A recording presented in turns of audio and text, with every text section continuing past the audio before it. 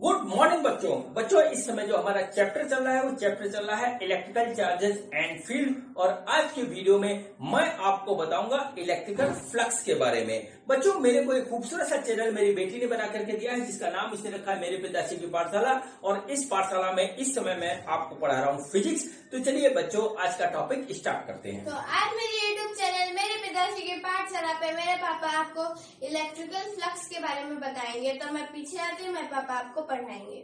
तो बच्चों आज के वीडियो में हम पढ़ेंगे इलेक्ट्रिकल फ्लक्स के बारे में। तो बच्चों हेडिंग डालिए इलेक्ट्रिकल फ्लक्स। ठीक है, इलेक्ट्रिकल फ्लक्स, इलेक्ट्रिकल फ्लक्स। ठीक है बच्चों, अब बच्चों इलेक्ट्रिकल फ्लक्स क्या होता है, ठीक है, और हम इसको क्यों पढ़ेंगे ये पहले मैं डिस्कस करता हूं, फिर बात करेंगे आगे। बच्चों हम पढ़ रहे हैं chapter electrical charges and field. और बच्चों हमने इलेक्ट्रिकल फील्ड का जो कंसेप्ट पढ़ा है वो अभी तक पढ़ा है पॉइंट चार्ज के लिए। ठीक है, पॉइंट चार्ज के लिए इलेक्ट्रिकल फील्ड का कंसेप्ट पढ़ा है। और बच्चों कॉन्टिन्यूअस चार्ज डिस्ट्रीब्यूशन के लिए पढ़ा है, कॉन्टिन्यूअस चार्ज डिस्ट्रीब्यूशन। ठीक, continuous charge distribution. Continuous charge distribution में सिर्फ हमने पढ़ा था लाइन चार्ज के लिए। ठीक है, लाइन चार्ज के लिए। अब लाइन चार्ज चाहे हमारा स्ट्रेट लाइन हो या हमारा जो है बेंड हो, ठीक है, इस तरीके से इसके लिए हम पढ़ चुके हैं। पूरे हर एक वीडियो में मैंने डिटेल में आपको सब कुछ बता रखा है। अब बच्चों जो है चार्ज हमारे पास पॉइंट चार्ज या कॉन्टिन्यूअस डिस्ट्रीब्यूशन चार्ज जो है, कॉन्टिन्यूअस चार्ज डिस्ट्रीब्यूशन के अलावा भी बहुत तरीके के कॉम्प्लेक्स चार्ज होते हैं। उसके कारण जो है हम जो है किस तरीके से निकालेंगे इलेक्ट्रिकल फील्ड। मतलब मान लीजिए हमारे पास पॉइंट चार्ज भी नहीं है और लाइन चार्ज भी नहीं है, किसी अदर शेप एंड साइज का चार्ज है, तो वो भी इलेक्ट्रिकल फील्ड प्रोड्यूस कर रहा होगा। तो हम उसके कारण इलेक्ट्रिकल फील्ड कैसे निकालेंगे, वो बच्चों हम निकालते हैं गॉस थ्योरम से।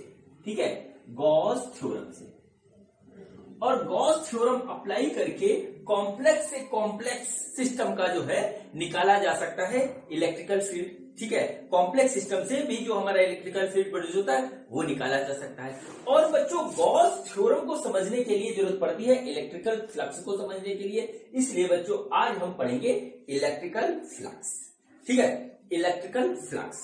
ठीक, इस चीज को आप अच्छी तरीके से समझ लीजिए। अब देखिए बच्चों इलेक्ट्रिकल फ्लक्स को समझने के लिए, ठीक है, इलेक्ट्रिकल फ्लक्स को समझने के लिए हमको एक फैक्टर पे पहले डिस्कस करना पड़ेगा। और वो फैक्टर होगा बच्चों हमारा एरिया वेक्टर। ठीक है, एरिया वेक्टर। ठीक है, एरिया वेक्टर। ठीक है बच्चों सेकेंड ईयर में टोटल 7 चैप्टर हैं जिसमें हमारा वेक्टर का प्रॉपर यूज है यहां से लेकर के और अल्टरनेटिंग करंट तक। जो भी वेक्टर भूल गया हो तो प्लीज उसको पढ़ ले, क्योंकि अगर वेक्टर को आपको आता नहीं होगा, उसको अप्लाई नहीं कर पाओगे तो आपको होगी दिक्कत। ठीक है बच्चों, फिजिक्स में 2 टर्म हमारे ऐसे हैं, एक तो है एरिया और दूसरा है करंट। ठीक है, करंट। ये दोनों ही बच्चों हमारे हैं स्केलर क्वांटिटी। ठीक है, स्केलर क्वांटिटी है, pure and pure scalar quantity है।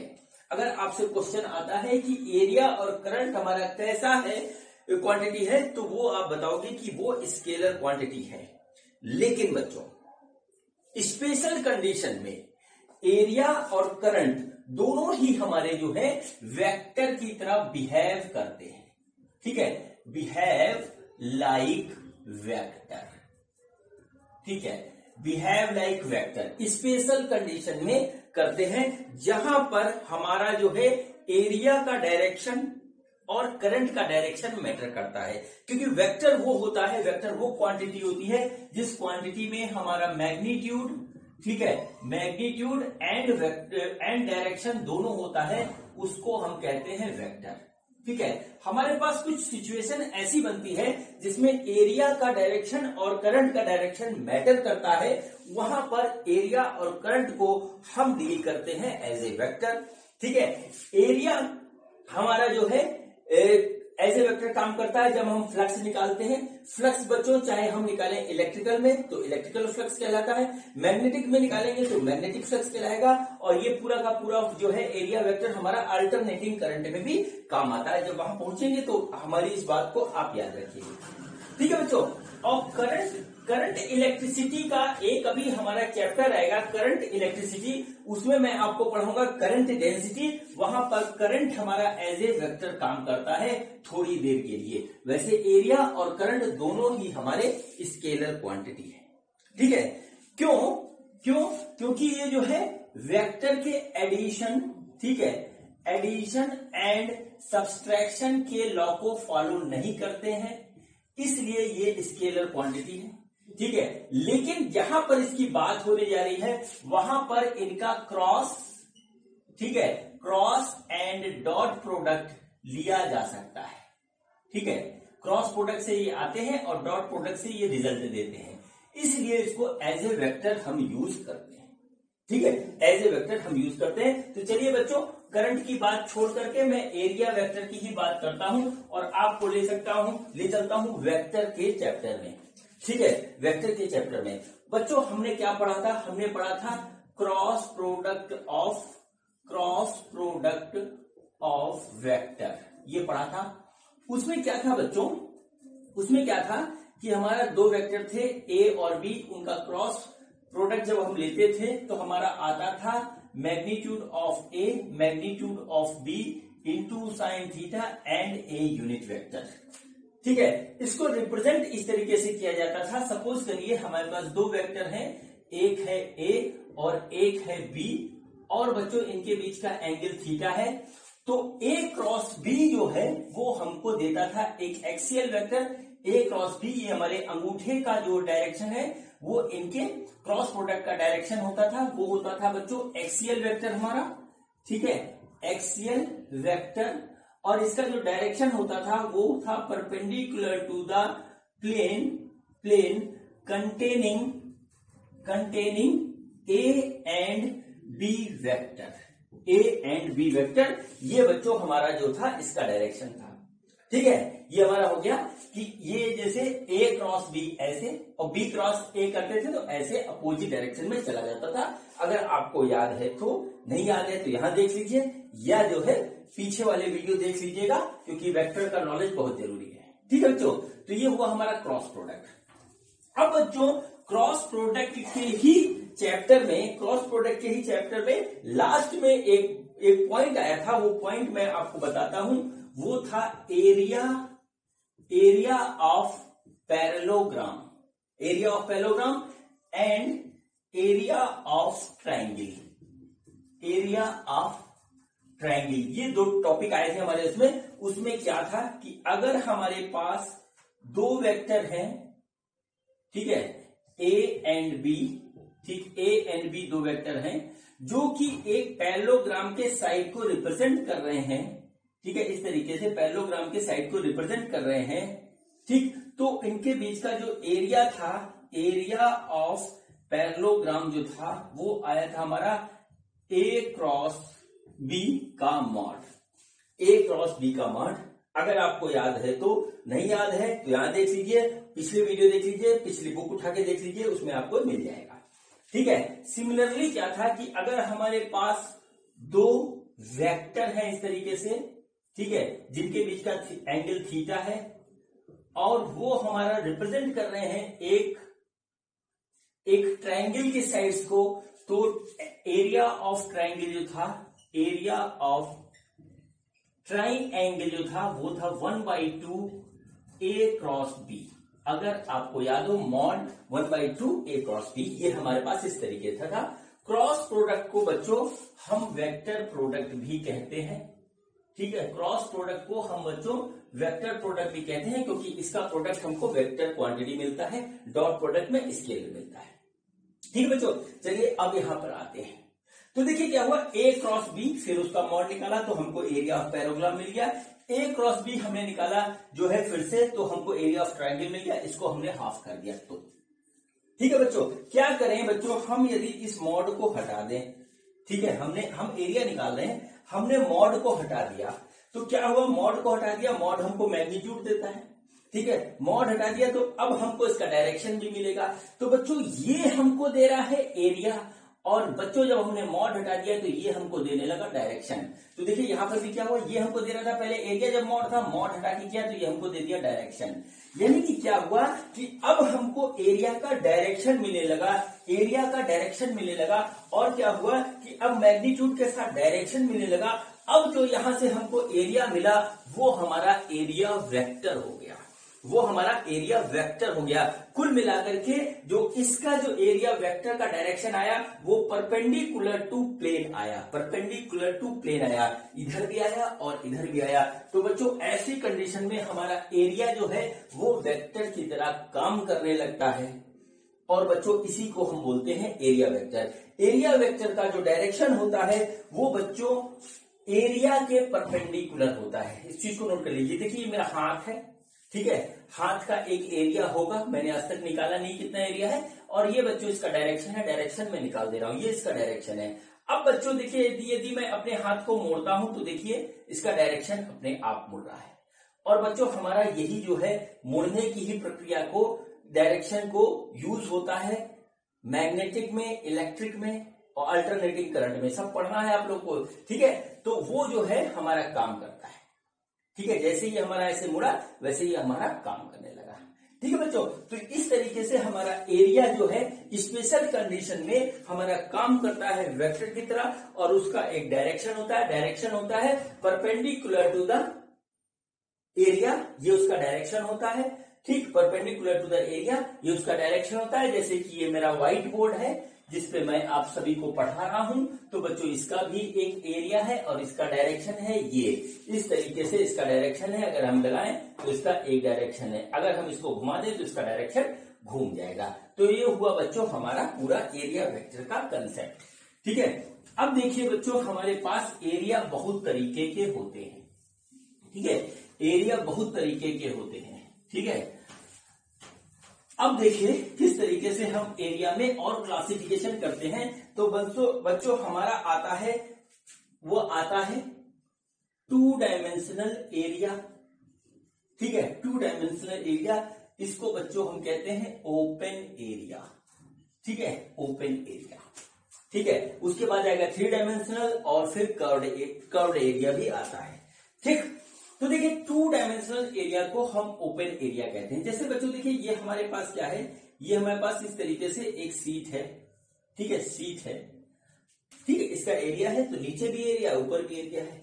ये देखिए हमारे पास एक जो है सर्कुलर प्लेट या शीट है, कुछ भी है, तो इसका भी ऊपर एरिया है, नीचे एरिया है। अब देखिए यहां पर क्या होता है कि इसका एरिया वेक्टर का डायरेक्शन देखिए क्या होगा, परपेंडिकुलर टू प्लेन होगा, लेकिन बच्चों इसके दोनों सरफेस खुले हैं, तो इस उधर वाला भी एरिया वेक्टर का डायरेक्शन है, इधर भी डायरेक्शन है एरिया वेक्टर का। हम अपनी जरूरत के हिसाब से जिधर के डायरेक्शन को चाहें उधर के डायरेक्शन को यूज कर सकते हैं, क्योंकि इसके दोनों सरफेस हमारे खुले हुए हैं। देखिए यही बात यहाँ पे भी लागू होगी, यानी कि 2 डायमेंशनल एरिया में हमारा एरिया का जो एरिया वेक्टर का जो डायरेक्शन होता है वो दोनों साइड में होता है, जिधर का आप चाहें वहां पर उसको यूज कर सकते हैं, ठीक है, वहां पर आप उसको यूज कर सकते हैं। अब बच्चों इसके बाद आता है हमारा, वो होता है 3 डायमेंशनल एरिया, ठीक है, और इसको हम बोलते हैं क्लोज्ड एरिया, ठीक है, क्लोज्ड एरिया, ठीक। अब बच्चों देखिए इसकी कहानी थोड़ी सी अलग होती है। जैसे सपोज करिए बच्चों कि हमारे पास एक इस तरीके का क्यूब है, ठीक है, देखिए क्यूब है, अंदर से हॉलो भी हो सकता है, सॉलिड भी हो सकता है, लेकिन एरिया का कंसेप्ट पे कोई फर्क, एरिया वेक्टर के कंसेप्ट पे कोई फर्क नहीं पड़ता है, ठीक है बच्चों। ये देखिए हमारे पास इस तरीके से हमारा क्यूब है। अब बच्चों इसका जो सरफेस एरिया होगा उसका एरिया वेक्टर जो है सिर्फ आउटवर्ड होगा, ठीक है, जैसे कि ये वाला है हमारा प्लेट, तो देखिए इसका एरिया वेक्टर का डायरेक्शन इधर भी है और इस वाले प्लेट का अंदर की साइड में भी है, जैसा मैंने अभी बताया था। लेकिन 3 डायमेंशनल क्लोज एरिया में क्या होता है कि हम सिर्फ आउटवर्ड वाले को ही कंसीडर करते हैं। जैसे इस वाले प्लेन का एरिया इधर होगा, इस वाले का इधर एरिया वेक्टर होगा, इस वाले का एरिया वेक्टर इधर कंसीडर किया जाएगा, नीचे वाले का इधर कंसीडर किया जाएगा, पीछे वाले का पीछे कंसीडर किया जाएगा और आगे वाले फ्रंट वाले का इस डायरेक्शन में एरिया वेक्टर का डायरेक्शन कंसीडर किया जाएगा। जैसे बच्चों एक और ऑब्जेक्ट लेते हैं हम, जैसे कि हमारे पास देखिए आया सिलेंडर, ठीक है, ये देखिए हमारे पास सिलेंडर है इस तरीके से। और बच्चों ये सिलेंडर का देखिए एक तो ये एरिया हो गया, दूसरा ये बॉटम वाला एरिया हो गया। तो टॉप वाले सरफेस का एरिया का डायरेक्शन ऐसे होगा, एरिया वेक्टर का डायरेक्शन ऐसे होगा, नीचे वाले का नीचे के साइड में होगा। और बच्चों जो कर्व है चारों तरफ का उसका इस तरीके से एरिया वेक्टर का डायरेक्शन होगा। अगर हम इस सिलेंडर को टॉप से देखें तो बच्चों ऐसा दिखाई देगा। तो इसके चारों तरफ का जो एरिया वेक्टर का डायरेक्शन होगा वो बच्चों कुछ इस तरीके से होगा, हर पॉइंट पे डायरेक्शन अलग होगा और बच्चों परपेंडिकुलर टू द सरफेस होगा, ठीक है, परपेंडिकुलर टू द सरफेस होगा। बच्चों इसको आप नोट कर लीजिए और यही इसका जो है पूरा कंप्लीट सॉल्यूशन है। अब बच्चों आता है इसके बाद स्फीयर। तो स्फीयर का जो सरफेस एरिया होता है वो होता है 4πr² और स्फीयर के हर एक पॉइंट पे जो हमारा होता है, स्फीयर के हर एक पॉइंट पे जो हमारा एरिया वेक्टर का डायरेक्शन होता है वो बिल्कुल डिफरेंट होता है, क्योंकि जरा सा आप हटेंगे एरिया वेक्टर का डायरेक्शन तुरंत बदल जाएगा। परपेंडिकुलर जितने भी आप बना दोगे उतना हो जाएगा। जैसे सपोज करिए कि ये हमारे पास इस तरीके से स्फीयर है और बच्चों देखिए ये हमारे पास ऐसे हो गया, ये हमारे पास इसका एरिया वेक्टर का डायरेक्शन चारों तरफ ऐसे ऐसे ऐसे ऐसे अलग अलग डायरेक्शन में अलग अलग हमारा निकलता चलेगा, अलग अलग डायरेक्शन में हमारा अलग अलग इस तरीके से निकलता चलेगा एरिया वेक्टर का डायरेक्शन। ठीक है बच्चों, तो ये हो गई बच्चों हमारी एरिया वेक्टर की पूरी कहानी। मेरे ख्याल से आपको बात अब आ गई होगी समझ में। ठीक है बच्चों, अब देखिए यहां से आती कहानी इलेक्ट्रिकल फ्लक्स की। तो देखिए बच्चों इलेक्ट्रिकल फ्लक्स क्या होता है, इलेक्ट्रिकल फ्लक्स को हम डिनोट करते हैं फाई से और ये बच्चों होता है हमारा E डॉट ए, ऐसे आप लिख लीजिए। फिर अभी कहानी बताता हूं इसकी E डॉट ए क्यों आया। ठीक है, जहां पर बच्चों E हमारा क्या है, ये है बच्चों इलेक्ट्रिकल फील्ड वेक्टर, इलेक्ट्रिकल, ठीक है, फील्ड वेक्टर कहेंगे इसको क्योंकि हमने वेक्टर ऊपर बनाया है। और बच्चों ए जो होता है वो होता है हमारा एरिया वेक्टर, ठीक है, एरिया वेक्टर। ठीक बच्चों डिफिनीशन लिखिए, the number of electrical field lines, electrical field lines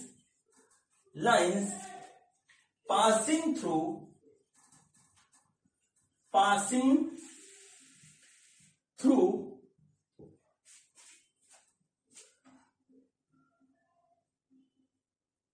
an area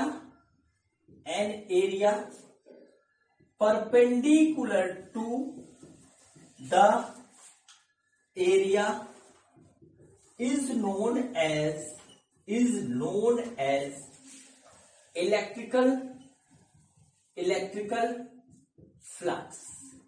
ठीक है, किसी एरिया से पास हो रहा हो और परपेंडिकुलर जो उसका इफेक्ट पड़ रहा हो उसको हम कहते हैं इलेक्ट्रिकल फ्लक्स। इस चीज को हम बोलते हैं इलेक्ट्रिकल फ्लक्स। इसका मैं अभी आपको बहुत बढ़िया फील करवाता हूं जैसा आपने फील किया होगा। ठीक है, ये देखिए number of electrical field lines passing through an area perpendicular to the area is known as electrical flux and it is a scalar quantity, ठीक है बच्चों, ये हमारा एक स्केलर क्वांटिटी है। और बच्चों ये क्या है, number of electrical field lines passing through an area perpendicular to the area is known as electrical flux. ठीक है बच्चों, अब देखिए मैं बताता हूं ये कहना क्या चाह रहे हैं। ये बच्चों इसका जो है हमारा फॉर्मूला है E डॉट ए, जहां E हमारा इलेक्ट्रिकल फील्ड वेक्टर है और A हमारा एरिया वेक्टर है। ठीक है बच्चों, अब देखिए इसका मतलब क्या हुआ। अब मैं पहले आपको इसी में बताता हूं, फिर मैं वो आपको फील कराऊंगा जो आप गर्मी और जाड़े के दिनों में लगातार फील करते हो। ठीक है, लगातार फील करते हो। तो बच्चों फ्लक्स बेसिकली क्या हुआ? फ्लक्स बेसिकली वो चीज हुई, मैं प्रैक्टिकल बात कर रहा हूं, थ्योरेटिकल नहीं कर रहा हूं। फ्लक्स बेसिकली वो चीज हुई जो हम इलेक्ट्रिकल फील्ड के इफेक्ट को फील करते हैं। मतलब हम नहीं फील करें, कोई ऑब्जेक्ट उसको फील करता है, उस इफेक्ट को फील करता है। इलेक्ट्रिकल फील्ड का जो इफेक्ट होता है वो जितना वो फील करता है उसको हम फ्लक्स बोलते हैं। अभी बताता हूं कैसे, पहले मैं आपको डायग्राम बना के बताता हूं।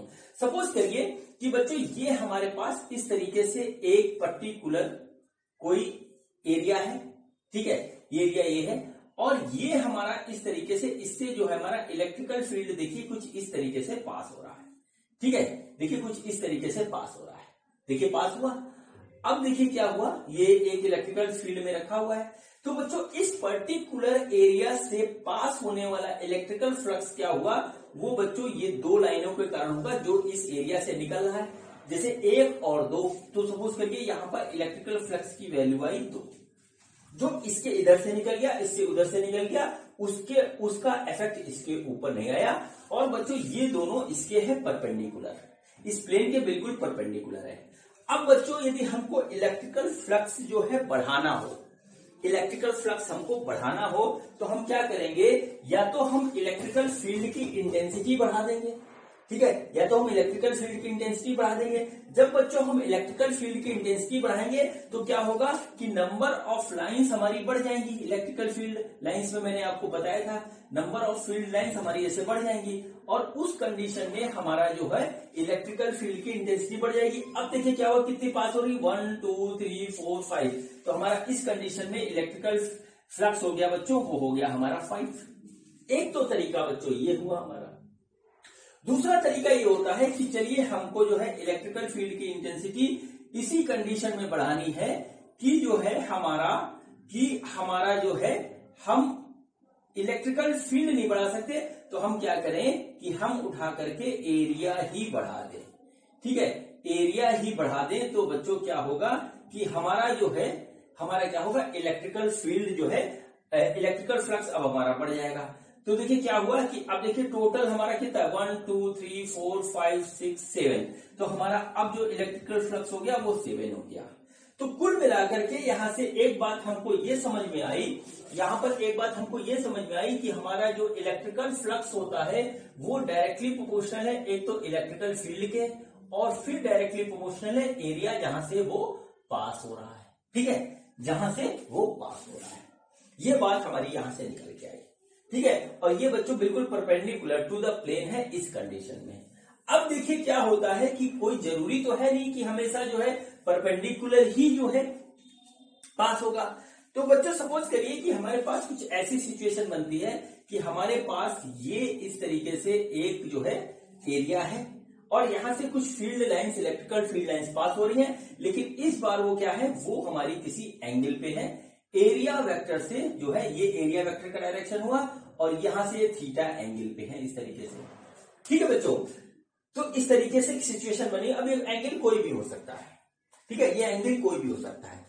तो बच्चों हमारा जो इस कंडीशन में इलेक्ट्रिकल फ्लक्स हमारा मिलेगा वो बच्चों इसके कंपोनेंट के मिलेगा जो कि इस एरिया वेक्टर के पैरेलल होगा या इस प्लेन के परपेंडिकुलर होगा। बच्चों देखिए इसका कंपोनेंट हमारा इस डायरेक्शन में क्या आएगा, वो आएगा ई कॉस थीटा। ठीक है, इसका कंपोनेंट अगर ये एरिया वेक्टर से थीटा एंगल पे है तो आएगा ई कॉस थीटा। तो उस कंडीशन में जो बच्चों हमारा इलेक्ट्रिकल फ्लक्स आएगा वो आएगा जैसे आएगा ए और ई कॉस थीटा, इस तरीके से बच्चों हमको मिलेगा। ठीक है, ये देखिए इस तरीके से मिलेगा। अब देखिए ए और ई दोनों ही हमारा वेक्टर है, तो जरा इसको ध्यान से देखिए और चले वेक्टर में। तो बच्चों ये हमारा क्या है, वेक्टर डॉट प्रोडक्ट है और हमारा आ रहा है ए वेक्टर डॉट ई वेक्टर, ए वेक्टर डॉट ई वेक्टर। और बच्चों ये हो गया हमारा इलेक्ट्रिकल फ्लक्स। ठीक है, तो ये हो गया हमारा इलेक्ट्रिकल फ्लक्स, इसीलिए मैंने आपको ये देख के लिखा था। एंगल और ऐसे जाएगा तो इसका इफेक्ट और कम हो जाएगा। जैसे जैसे एंगल बढ़ेगा, देखिए जैसे जैसे एंगल बढ़ेगा कॉस थीटा हमारा छोटा होता चला जाएगा, कॉस थीटा हमारा छोटा होता चला जाएगा और जो है हमारा फ्लक्स कम होता जाएगा, मतलब जो उसकी इंटेंसिटी का जो हमें इफेक्ट मिलना चाहिए वो हमारा कम होता जाएगा। अभी देखिए बड़ा प्यारा एग्जांपल दूंगा कि आपको पता लग जाएगा कैसे। ठीक है, सपोज करिए एंगल और बढ़ गया। ठीक है, एंगल बढ़ के ऐसे 90 हो गया। ठीक है, इलेक्ट्रिकल फील्ड ऐसे हो गया इसके पैरेलल। अब बच्चों उस कंडीशन में जब ये 90 हो जाएगा तो देखिए हमारा फ्लक्स 0 हो जाएगा। ए ई और कॉस हो गया 90, कॉस 90 0 होता तो फ्लक्स हो गया 0। ठीक है, और बच्चों जब एरिया वेक्टर के पैरेलल मिलेगा तो हमें मैक्सिमम फ्लक्स मिलेगा। ठीक है, मैक्सिमम फ्लक्स मिलेगा। तो बच्चों ये पूरी कहानी हो गई इलेक्ट्रिकल फ्लक्स की। ठीक है, ये बच्चों हो गई पूरी कहानी इलेक्ट्रिकल फ्लक्स की। अब मैं आपको जो है इसको फील करवाता हूं प्रैक्टिकल। ठीक है, प्रैक्टिकली मैं इसको फील करवाता हूं बच्चों ऐसा होता है कि जाड़े के दिनों में हम लोग क्या करते हैं, धूप का बहुत आनंद लेते हैं। ठीक है, धूप का आनंद लेते हैं हम लोग। अब क्या होता है कि जाड़े के दिनों में हमारी धूप बहुत कम निकलती है और हम लोग चाहते हैं कि धूप ज्यादा निकले। ठीक, लेकिन जितनी भी निकलती है बच्चों तो हम क्या करते हैं, वहां जब बैठते हैं तो देखिए हमारा क्या होता है, सन के डायरेक्शन में यदि हम फेस रखेंगे, अपने फेस को सन के डायरेक्शन में रखेंगे तो क्या होगा, सन की रेज हमारे फेस पे बिल्कुल गिरेगी परपेंडिकुलर। तो हमको मैक्सिमम हीट हम एब्जॉर्ब करेंगे, मैक्सिमम हीट हम एब्जॉर्ब करेंगे। तो क्या हुआ कि सन की रेज का जो फ्लक्स है वो हम मैक्सिमम एब्जॉर्ब करेंगे, जो कि हमारे एरिया, चेहरे के एरिया पे पड़ रहा है पूरी तरीके से। ठीक है, वो क्या हुआ कि हीट का जो फ्लक्स है वो हम फील कर रहे हैं। दूसरे तरीके से चलते हैं, हमारे घर में खिड़की है सबके घर में, और घर आपका चाहे जैसा भी हो वहां खिड़की होगी जरूर, और दूसरी चीज है कि उस खिड़की से धूप जरूर आती होगी। ठीक है, उस खिड़की से धूप जरूर आती होगी। अब बच्चों सनराइज से लेकर के सनसेट तक उस धूप के आने का डायरेक्शन बदलता जा रहा होगा हमेशा। ठीक है, उस धूप के आने का डायरेक्शन बदलता जा रहा होगा। और बच्चों जब बिल्कुल परपेंडिकुलर धूप आती होगी उस समय सन की लाइट की मैक्सिमम जो है आप जो है इंटेंसिटी रिसीव करते हो। ठीक है, सब maximum light, maximum heat receive करते हो, और जैसे ही वो एक सर्टेन एंगल पे चला जाता ही है तो क्या हुआ, उसकी जो है इफेक्ट को आप कम रिसीव करते हो। और बच्चों यही है फ्लक्स, यही है फ्लक्स। मतलब वहां पे मैंने आपको सनलाइट का फ्लक्स समझाया, यहां पर इलेक्ट्रिकल फील्ड का जो फ्लक्स होता है वो चीज हम इस तरीके से रिसीव करते हैं। मतलब क्या हुआ कि जो खिड़की का एरिया था वो हमारा पर्टिकुलर कोई एरिया हो गया। अब बच्चों उसी एरिया से हम जो चीज जो है रिसीव कर रहे हैं उसका कितना इफेक्ट रिसीव कर रहे हैं उसको हम बोलते हैं इलेक्ट्रिकल फ्लक्स। ठीक है, इलेक्ट्रिकल फ्लक्स। किसी एंगल पे हमको कोई चीज मिलेगी तो उसका इफेक्ट हमको कम मिलेगा, और जो है बिल्कुल डायरेक्ट मिलेगी, बिल्कुल जीरो एंगल पे मिलेगी तो हम मैक्सिमम इफेक्ट रिसीव करेंगे। और बच्चों इसी इलेक्ट्रिकल के इसी इफेक्ट को हम बोलते हैं इलेक्ट्रिकल फ्लक्स। ठीक है, इसी बोलते हैं इलेक्ट्रिकल फ्लक्स। चलिए अब आता हूं मैं उस बात पे जो मैं हर वीडियो में अपने डिस्कस करता हूं, और वो है बच्चों unit and dimension of electrical flux. ठीक है, unit and dimension of electrical flux, unit and dimension of electrical flux. ठीक है बच्चों, अब देखिए क्या हुआ यहां पे, अब देखिए क्या हुआ। सबसे पहले देखते हैं तो हमारा आएगा यूनिट। ठीक है, unit of I, SI unit ही निकालना है केवल। तो देखिए ई का हमारा क्या होता है, ई का होता है हमारा न्यूटन पर कूलम। ठीक है, न्यूटन पर कूलम, और बच्चों न्यूटन पर कूलम, और बच्चों यहां पर जो होता है एरिया हो गया मीटर स्क्वायर। तो बच्चों हमारा हो गया न्यूटन मीटर स्क्वायर पर कूलम है। ये हमारा हो गया SI unit of electrical flux.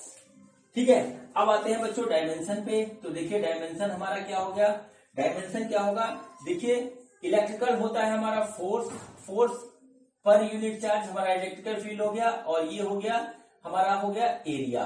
ठीक है, तो देखिए ये कितना होता है, ये होता है MLT-2 फोर्स का आपको याद रखना है, और नीचे Q होगा वो होता है हमारा AT। ठीक है, A जहां एम्पियर को रिप्रेजेंट करता है, और बच्चों यहाँ ये एरिया है, इसको एरिया कंसीडर करिएगा, ये अलग था। तो बच्चों ये होगा बच्चों हमारा L की पावर 2। ठीक है, L की पावर 2। तो जब हम इसको सॉल्व करेंगे तो बच्चों जो आएगा हमारा वो आएगा m, ठीक है, L की पावर 3, T की पावर -3 और A की पावर -1, ठीक है, A की पावर -1। ये हुआ डायमेंशन ऑफ इलेक्ट्रिकल फ्लक्स। मेरी आपसे हाथ जोड़ के रिक्वेस्ट है कि डायमेंशन और यूनिट को आप साथ में पढ़ते चले, क्योंकि इस पे क्वेश्चन आता जरूर है और इसको सीखने का तरीका एक ही है कि जो चैप्टर आप पढ़े उसमें जो फिजिकल क्वांटिटी आए उसकी तुरंत डायमेंशन और यूनिट को करें और बाद में जब आप न्यूमेरिकल लगाएं तो जो भी आपका आंसर आए उसका यूनिट जरूर लिखें। इसको एक दिन में नहीं रटा जा सकता, ये बिल्कुल नहीं आएगा।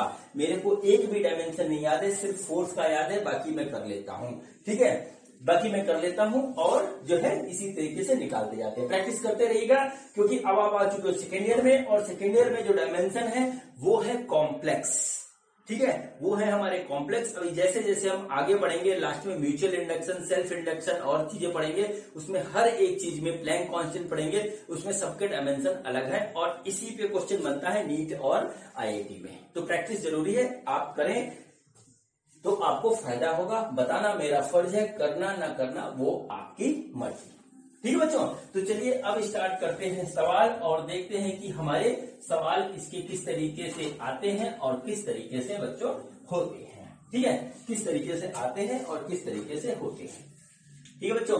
तो देखिए ये हमारे पास इस तरीके से एक है डिस्क, डिस्क का एरिया वेक्टर बच्चों यहाँ पर इस तरीके से है A, और इसके इस डिस्क से पास हो रही है एक इलेक्ट्रिकल फील्ड जो कि हॉरिजॉन्टल से बनाती है 30 डिग्री एंगल, ठीक है, जो कि हॉरिजॉन्टल से एंगल बनाती है 30 degree.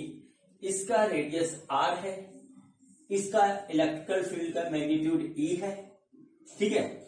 Then find out the value of electrical flux, ठीक है, then find out the value of electrical flux. ये बच्चों हमारा है क्वेश्चन, ठीक है, बहुत इजी है और गलती होएगी। क्या हुआ बच्चों, E डॉट A क्या हुआ, E, ये हमको R दे रखा है तो एरिया हो जाएगा बच्चों पाई R स्क्वायर, तो हमने लिखा E into pi R square cos 30, ठीक, एंगल हमारा 30 है, कर दिया हमने, ठीक, बहुत खुश हो गए, लेकिन हो गई गलती, ठीक, गलती हो गई बच्चों। जो यहाँ पे एंगल है वो है between A vector and E vector, और बच्चों वो एंगल हमारा ये होगा, ये वाला नहीं होगा, ठीक है, ये एंगल होगा हमारा 60, तो यहाँ 30 नहीं हम 60 रखेंगे, और यही सब मिस्टेक्स होता है जो बच्चे करते हैं, इसीलिए मैंने आपको ये करवाया। तो बच्चों यहाँ पे cos 60 होगा 1/2, तो ये हो गया E pi R square into 1/2, तो फाइनली फ्लक्स आया हमारा, वो आया pi E R square by 2 newton metre square पर कूलम। यूनिट जरूर लिखिए, यूनिट आपको याद हो जाएगी लिखते लिखते, ठीक है।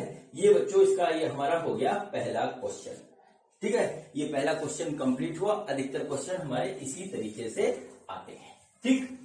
अब चलिए बच्चों यहां पर देखिए हम निकालते हैं, यहां पर हम निकालते हैं electrical flux through a closed surface, ठीक है, electrical flux through a closed surface in an external uniform electrical field, ठीक। इलेक्ट्रिकल फ्लक्स लिख लीजिए, हम यहाँ पे लिखवा देते हैं आपको, क्योंकि यहाँ पे इसमें पॉइंट है, वो मैं लास्ट में आपको दिखाऊंगा, ठीक है। जिसको लिखवा रहा हूं इसको नोट कर लीजिए, एक एक शब्द पे ध्यान दीजिएगा, इलेक्ट्रिकल फ्लक्स, ठीक है, थ्रू ए क्लोज्ड सरफेस, ठीक है, placed in an uniform external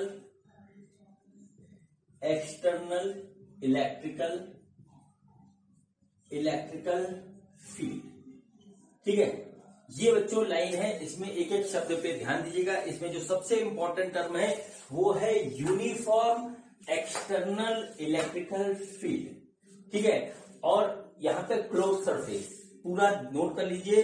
last में मैं इस वीडियो के लास्ट में मैं आपको कराऊंगा electrical flux through a close surface placed in an non uniform external electrical field, और फिर उसके बाद जो इसका अगला वीडियो बनेगा उसमें एक्सटर्नल इलेक्ट्रिकल फील्ड नहीं होगा, और यहीं से बच्चों हमारा गॉस लॉ प्रोड्यूस होगा, ठीक है।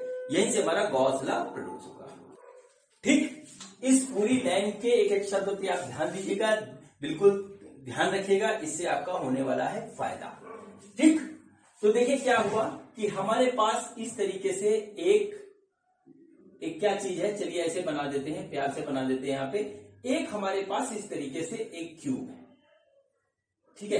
देखिए ये हमारे पास एक क्यूब है, बड़ा सुंदर सा परफेक्ट क्यूब है, ठीक है, परफेक्ट क्यूब है। ये देखिए, ये देखिए, ये देखिए, ये देखिए हमारे पास क्यूब है।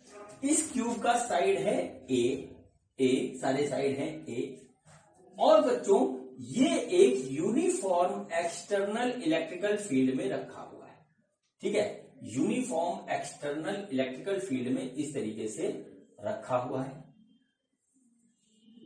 ठीक। देखिए इस तरीके से रखा हुआ है। इलेक्ट्रिकल फील्ड जो है वो है हमारा ई, इस डायरेक्शन में। ये है external uniform electrical field E, ठीक। अब देखिए हमको क्या करना है। देखिए ये क्यूब है, और क्यूब की बच्चों टोटल 6 फेसेस होते हैं। 6 के 6 आपको दिख रहे हैं। एक इधर का है, एक इधर का है, एक नीचे का है, एक ऊपर का है, एक पीछे का है, एक आगे का है। टोटल है 6। इसको मैं नंबर 1 देता हूं, इधर वाले को नंबर 2 देता हूं, बाकी 4 नंबर आप अपने हिसाब से डाल दीजिए, ठीक है। तो इस तरीके से हमारा एक जो है क्यूब रखा हुआ है इलेक्ट्रिकल फील्ड में, non uniform external electrical field में रखा हुआ है। तो हमको फाइंड आउट क्या करना है, नोट करिए, find out the electrical flux passing through each face of cube। पहला पार्ट ये है, and then total electrical flux through the cube, ठीक है। हमारा क्या है कि एक फेज से हमारा कितना इलेक्ट्रिकल फ्लक्स निकल रहा है, और हमारा जो है फ्लक्स जो है वो जो है टोटल इस क्यूब से कितना इलेक्ट्रिकल फ्लक्स पास हो रहा है, वो हमको यहां पर निकाल के बताना है। बच्चों इलेक्ट्रिकल फ्लक्स हमारा जो है एक स्केलर क्वांटिटी है, इसलिए हम क्या करेंगे कि सारे फेसेस से, जो 6 फेज हैं, 6 फेसेस से इलेक्ट्रिकल फ्लक्स निकाल करके सबको जोड़ देंगे तो टोटल हमारा निकल के आ जाएगा।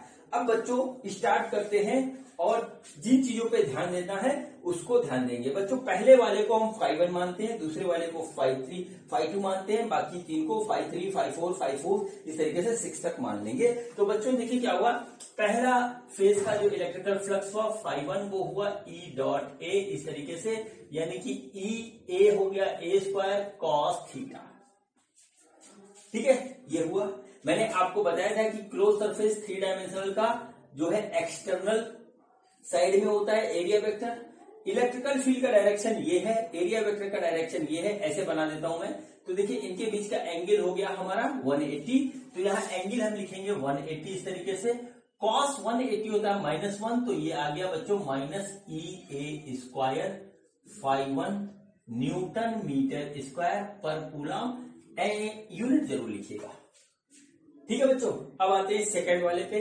तो देखिए सेकंड वाले में क्या होगा, ऐसे लिखते जाते हैं, तो क्या होगा EA² cos 0 देखना है बच्चों। देखिए इलेक्ट्रिकल फील्ड का डायरेक्शन है ये, एरिया वेक्टर का डायरेक्शन ये, तो बच्चों यहाँ पर एंगल हो गया 0, इसके और इसके बीच का एंगल 0, ये E है, ये A है बच्चों, एंगल 0, तो ये हमारे पास हो गया EA² न्यूटन मीटर स्क्वायर पर कूलम। यूनिट जरूर लिखिएगा, देखिए फिर उसके बाद जो है हम आगे बढ़ेंगे तो देखते हैं, आइए phi3 जो है हम निकालते हैं। ठीक है, phi3 क्या होगा देखते हैं। तो बच्चों देखिए EA² cos, सारी कहानी cos एंगल के बीच में है। तो ऊपर वाले को मैं तीसरा फेस मान लेता हूं। तो बच्चों देखिए ये हुआ एरिया वेक्टर और ये बच्चों पास होगा हमारा E, इस तरीके से इनके बीच का एंगल हो रहा है बच्चों 90। एरिया वेक्टर ऐसे, इलेक्ट्रिक फील्ड ऐसे, एरिया वेक्टर ऐसे, इलेक्ट्रिक फील्ड ऐसे, एंगल बीच में 90। तो ये हो गया बच्चों 90। तो बच्चों देखिए ये क्या हो जाएगा, phi3 हो जाएगा हमारा 0 न्यूटन मीटर पर कूलम। ठीक है बच्चों, अब निकालते हैं phi4, लिखते हैं phi4 और वो आएगा EA² cos। 4 हम नीचे वाले को मान लेते हैं। बच्चों देखिए क्या हुआ, एरिया वेक्टर नीचे, इलेक्ट्रिकल फील्ड इधर ऐसे। तो देखिए फिर एंगल 90 बनेगा हमारा और यहां भी आएगा cos 90। तो बच्चों यहां हो जाएगा 0 न्यूटन मीटर पर कूलम, यूनिट जरूर लिखें। ठीक है बच्चों, और देखिए बच्चों इसके बाद आता है हमारा phi5। तो देखिए 5 बैक वाले को मान ले। ठीक है, बैक वाले में देखिए एरिया वेक्टर ऐसे रहेगा और यूनिट जो एरिया वेक्टर पीछे इस साइड में रहेगा और हमारा इलेक्ट्रिकल फील्ड इधर रहेगा। तो दोनों के बीच में एंगल 90 बन रहा है। तो बच्चों ये भी 0 हो जाएगा। और बच्चों जो एरिया वेक्टर बोर्ड के इधर आउटवर्ड निकल रहा है परपेंडिकुलर, तो वो इधर निकल रहा है और इलेक्ट्रिकल फील्ड इधर, तो ऐसे बनेगा। फिर हमारा एंगल 90 है तो हमारा phi6 यानी 6 फेज से जो है वो भी हमारा न्यूटन में 0 हो जाएगा। ठीक है बच्चों, तो ये हमारा हो गया 6 फेसेस से निकलने वाला, सारे 6 फेसेस से निकलने वाला जो इलेक्ट्रिकल फ्लक्स है उसकी वैल्यू हमारे पास यहां पर आ गई। बच्चों क्वेश्चन क्या था, क्वेश्चन ये था कि find out the electrical flux passing through each face of the tube. वो हमने निकाल दिया। लास्ट में है total electrical flux through the tube. तो अब हमें निकालना है total electrical flux through the tube. तो चलिए बच्चों वो देखते हैं कि हमारा कैसे निकलेगा। तो हम ये मान के चलते हैं कि टोटल फ्लक्स जो है वो बच्चों है फाई। ठीक है, इस तरीके से फाई। तो जो फाई आ रहा है उसकी वैल्यू कितनी है, phi1 plus phi2 plus phi3 plus phi4 plus phi5 plus phi6। इस तरीके से बच्चों ये है। इन सबको हम जोड़ देंगे, नॉर्मली जोड़ेंगे क्योंकि फ्लक्स हमारा जो है स्केलर क्वांटिटी होता है। तो बच्चों फाई टोटल जो आया वो देखिए हमारा क्या है, phi1 है हमारा बच्चों माइनस EA² प्लस phi2 है बच्चों हमारा EA² प्लस phi3 है 0, phi4 0, phi5 0, phi6 0।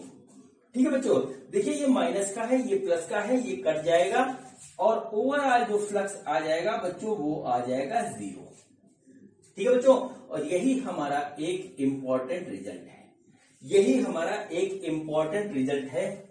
ठीक है, इस रिजल्ट को हम यहां पर लिख रहे हैं, ये सब मैं इरेज कर रहा हूं।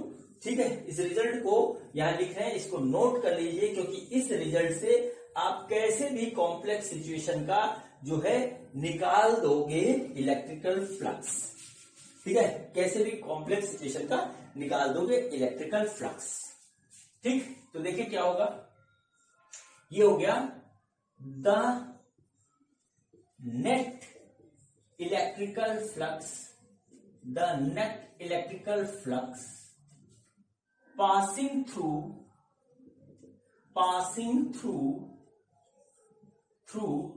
a closed surface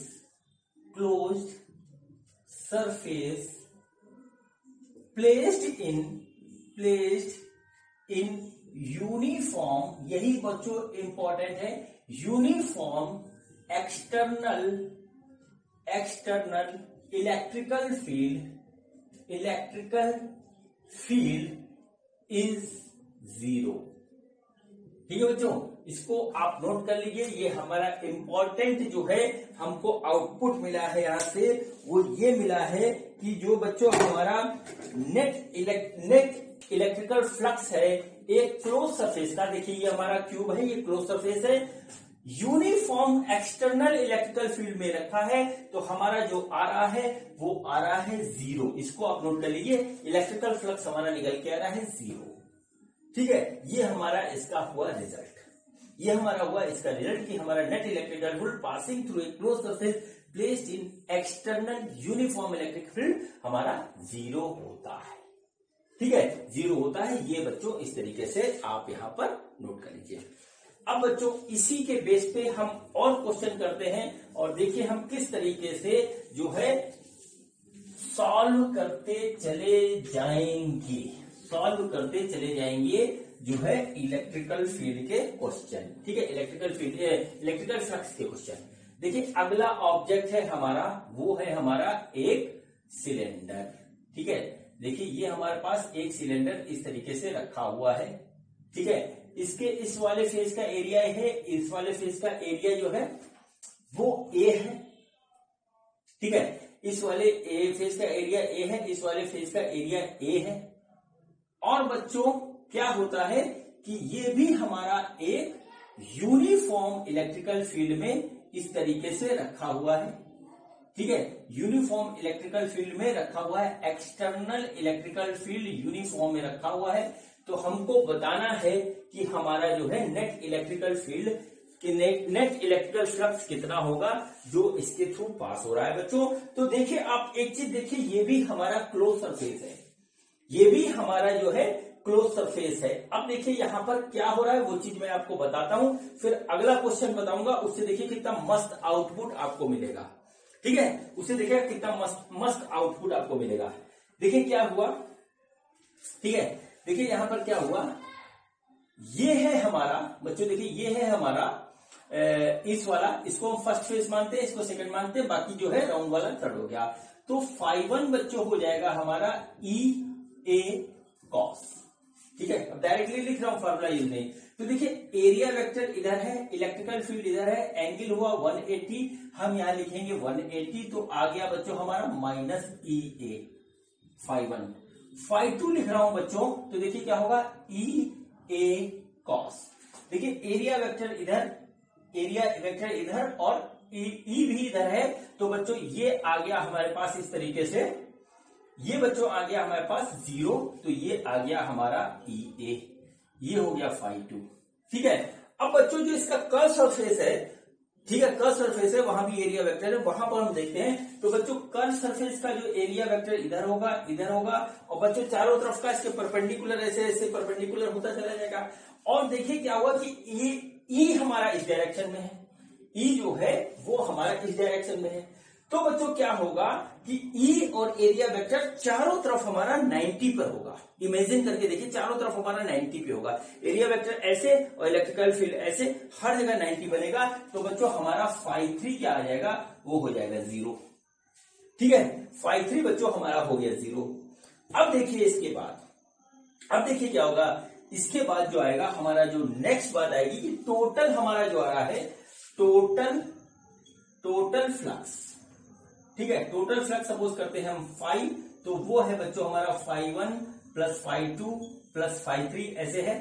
तो देखिए φ1 हमारा क्या है, φ1 है हमारा माइनस ई ए, φ2 है ई ए और φ3 है 0। तो बच्चों देखिए फिर ये आ गया 0।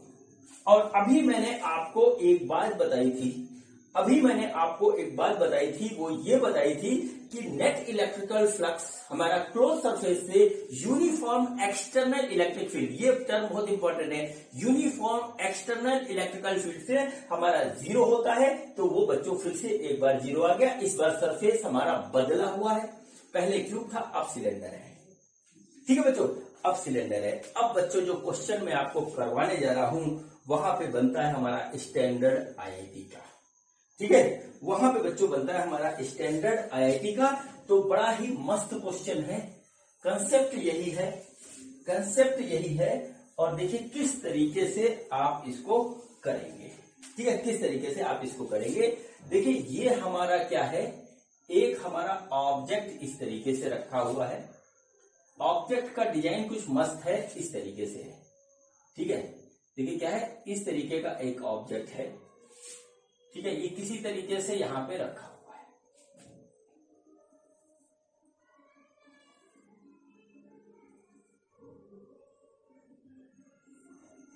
ठीक है बच्चों, इसका जो रेडियस है वो है 2r और इसका रेडियस है बच्चों r।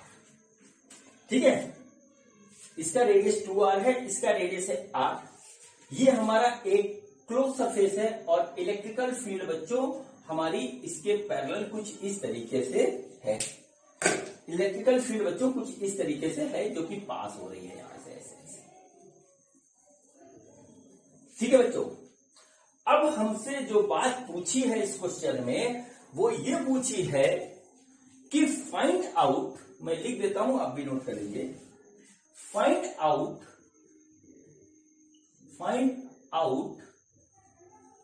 The electrical flux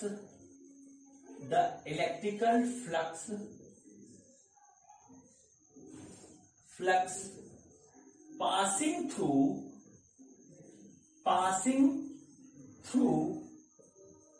the curved surface of the object।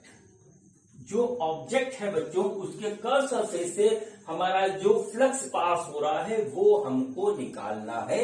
हमको ये इस तरीके का दे रखा है, इसके अलावा हमको कुछ भी नहीं दे रखा है।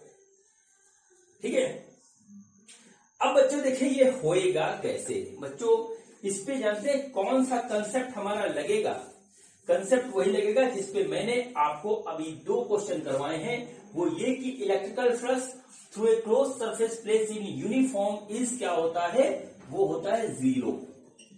ठीक है, यूनिफॉर्म इलेक्ट्रिकल फील्ड में, यूनिफॉर्म इलेक्ट्रिकल एक्सटर्नल फील्ड में जो हमारा ऑब्जेक्ट क्लोज सरफेस का रखा होता है उसमें जो है हमारा इलेक्ट्रिकल फ्लक्स टोटल 0 होता है। बस इसी कंसेप्ट पे क्वेश्चन निकलेगा। बच्चों देखिए हम 3 सरफेस है हमारे पास, एक ये है, दूसरा ये है और तीसरा जो हमारा कर्व्ड सरफेस है वहां पे देखेंगे। देखिए अभी तक जो हमने दोनों क्वेश्चन किए थे उसमें हमारा जो है एंगल 90 बन रहा था एरिया वेक्टर और इलेक्ट्रिकल फील्ड के बीच में। बच्चों देखिए यहां पर एरिया वेक्टर का डायरेक्शन ये है और इलेक्ट्रिकल फील्ड का डायरेक्शन ये है। यहाँ पे कुछ एंगल है और हमको सबसे बड़ी बात है कि पता नहीं कि एंगल कितना है और बताया भी नहीं है। तो अब हम हर पॉइंट पे कैसे कैलकुलेट करेंगे, ये बड़ा क्वेश्चन है।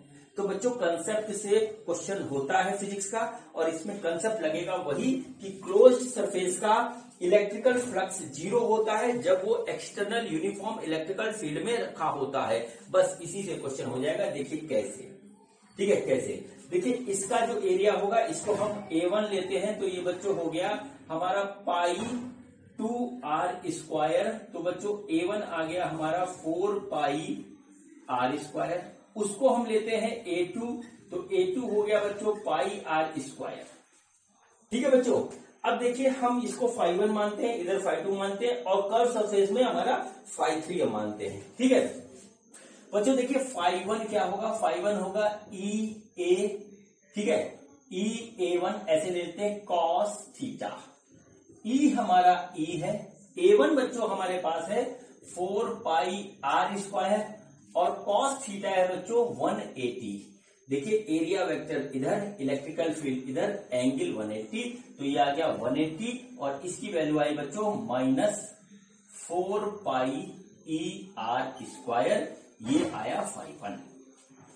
ठीक है, इस φ1 को हम बड़े फ्रेम से यहां पे ऐसा नोट कर लेते हैं। ये आ गया 4 पाई ER², वो भी माइनस का, ये आ गया φ1। अब बच्चों इस वाले सरफेस से हम निकालते हैं। ठीक है, इस वाले सरफेस से हम निकालते हैं इलेक्ट्रिकल फ्लक्स, इसको φ2 मानते हैं। तो बच्चों देखिए क्या हो गया EA cos थीटा ऐसे होगा। तो बच्चों E तो E है, A1 हो गया A2 यहां पे और इसकी वैल्यू है पाई r² cos। एरिया वेक्टर इधर, इलेक्ट्रिकल फील्ड इधर, इनके बीच में एंगल हो गया 0 तो ये हो गया 0 और इसकी वैल्यू आई बच्चों इसकी वैल्यू आई पाई ER²। ये हो गया φ2 तो बच्चों ये हो गया हमारे पास φ2। तो हम इसको लिखेंगे पाई ER²। ठीक है बच्चों, अब देखिए यहां पर जो कर्व सरफेस है इससे हमारा जो इलेक्ट्रिकल फ्लक्स निकलेगा वो 0 नहीं होगा। ठीक है, क्योंकि यहाँ पे एंगल है तो हर जगह से थोड़ा ही निकलेगा लेकिन निकलेगा, कुछ ना कुछ निकलेगा, हमें नहीं पता कि कितना निकलेगा। ठीक है बच्चों, अब देखिए हमारा कंसेप्ट यूज होगा वी नो दैट। और बच्चों जो कर्व सरफेस से निकल रहा है उसको हम मान लेते हैं कि वो हमारा φ3 है और वो हमारा इस तरीके से हमें निकालना है। वी नो दैट, ठीक है, total electrical flux passing through a closed surface in an uniform external electrical field क्या होता है? जीरो। ठीक है, क्या होता है बच्चों? हमारा होता है जीरो। अब बच्चों इसी कंसेप्ट का हम यहां यूज कर देंगे तो देखिए क्या होगा, हमारे पास हो गया φ1 प्लस φ2 प्लस φ3, ये हो गया जीरो। ठीक है बच्चों, φ1 की वैल्यू है -4 पाई ER स्क्वायर, φ2 की वैल्यू है पाई R स्क्वायर, φ3 की वैल्यू हमें निकालनी है, ये हो गया जीरो। बच्चों यहां से जब हम कैलकुलेट करेंगे तो बच्चों φ3 आ गया 3 पाई ER स्क्वायर, और बच्चों ये हो गया इसका आंसर। और IIT के अंदर ऐसे ही क्वेश्चन आते हैं। ठीक है, सिंपल कैलकुलेशन के क्वेश्चन बहुत कम आते हैं, ऐसे ही क्वेश्चन आते हैं कंसेप्ट बेस्ड। आपको कंसेप्ट पता होगा तो आप कर ले जाओगे। ठीक है बच्चों, अब देखिए मैं आपको क्वेश्चन करवा रहा हूं और वो आज के वीडियो का आखिरी क्वेश्चन है। और इलेक्ट्रिकल फ्लक्स में जो बात रह गई है वो इलेक्ट्रिकल फ्लक्स के दूसरा वीडियो जो मैं बनाऊंगा जस्ट इसके बाद, उसमें इन्वॉल्व करूंगा। फिर उसके बाद हम पढ़ेंगे गॉस थ्योरम और फिर उसके बाद एप्लीकेशन ऑफ गॉस थ्योरम। तो बच्चों अगला क्वेश्चन जो है उसमें सिर्फ ये है कि अब जो है हम यहाँ पे क्या करेंगे, नॉन यूनिफॉर्म इलेक्ट्रिकल फील्ड रखेंगे और तब देखिए क्या होता है। नॉन यूनिफॉर्म इलेक्ट्रिकल फील्ड रखेंगे तब देखिए हमारा क्या होता है। ठीक, तो अब देखते हैं नॉन यूनिफॉर्म इलेक्ट्रिकल फील्ड में क्या होगा। बच्चों ये देखिए हमारे पास एक इलेक्ट्रिकल फील्ड है, वो हमारा कुछ इस तरीके से वेरी होता है। ठीक है, KXI इस तरीके से वेरी हो रहा है। ठीक है बच्चों, और इस इलेक्ट्रिकल फील्ड में हमारा एक क्यूब रखा हुआ है, वो देखिए कुछ इस तरीके से रखा है। ठीक है, ये हमारा है X axis, Y axis, Z axis, ठीक है, XYZ इस तरीके से है। और बच्चों यहां पर जो है एक क्यूब हमारे पास ये इस तरीके से रखा हुआ है, और इस क्यूब का साइड जो है वो है बच्चों हमारा A। ठीक है बच्चों, यहां से यहां तक जो हमारा क्यूब है इसका साइड है A, सॉरी क्यूब का साइड है A, और ये ओरिजिन से A डिस्टेंस पे हमारे पास रखा हुआ है। ठीक है, अब हमसे ये बात यहां पे कही गई है कि find out the net electrical flux, ठीक है, पासिंग थ्रू द क्यूब। ठीक है, ये हमको यहां पर निकालना है बच्चों। तो देखिए ये किस तरीके से हमारा निकलेगा। बच्चों यहाँ पे कुछ कॉमन सी चीजें हैं वो देख लीजिए। ठीक है, एरिया ऑफ ईच फेस जो है, एरिया ऑफ ईच फेस वो है A स्क्वायर, ये आपको पता है। बच्चों यहाँ पर देखिए इलेक्ट्रिकल फील्ड जो हमको दे रखा है वो दे रखा है KXI। मतलब क्या हुआ कि डायरेक्शन हमारा इलेक्ट्रिकल फील्ड का ये ऐसे है। ठीक है, इस डायरेक्शन में है, और ये बता रहा है K जो है KX के फॉर्म में। अब क्या हुआ कि जैसे जैसे हम इधर बढ़ेंगे हमारा इलेक्ट्रिकल फील्ड जो है चेंज हो रहा है और यहां पर बढ़ रहा है। तो बच्चों देखिए यहां पर आएंगे तो ये A है, और इस पॉइंट पे जाएंगे तो हमारा x बराबर 2A हो जाएगा। तो इस वाले फील्ड पे, इस वाले पॉइंट पे हमारा जो E है उसकी वैल्यू हो जा रही है K इंटू A, और इस वाले पॉइंट पे हमारा जो E है उसकी वैल्यू बच्चों हो रही है K इंटू 2A। इस तरीके से बच्चों हमारे पास इलेक्ट्रिकल फील्ड की वैल्यू अलग अलग पॉइंट पे अलग अलग है, और इसीलिए बच्चों इसको कहा गया non uniform electrical field, external non uniform electrical field है बच्चों। तो देखिए अब हमें निकालना है फ्लक्स। तो देखिए क्या हुआ, कि यहाँ पे हमारा फेस 1 है, इसको फेस 2 मान लेते हैं। तो बच्चों देखिए φ1 क्या होगा, ई ए कॉस थीटा होगा, ठीक है। तो ई है हमारा के ए यहाँ पर, ठीक है, और एरिया है ए स्क्वायर, और कॉस है बच्चों 1 कॉस थीटा है 180, तो हमारे पास आ गया बच्चों यहाँ पे माइनस के ए क्यूब। इस तरीके से आ गया φ1, ठीक है। अब निकालते हैं बच्चों हम φ2। तो φ2 की वैल्यू है ई ए कॉस 0।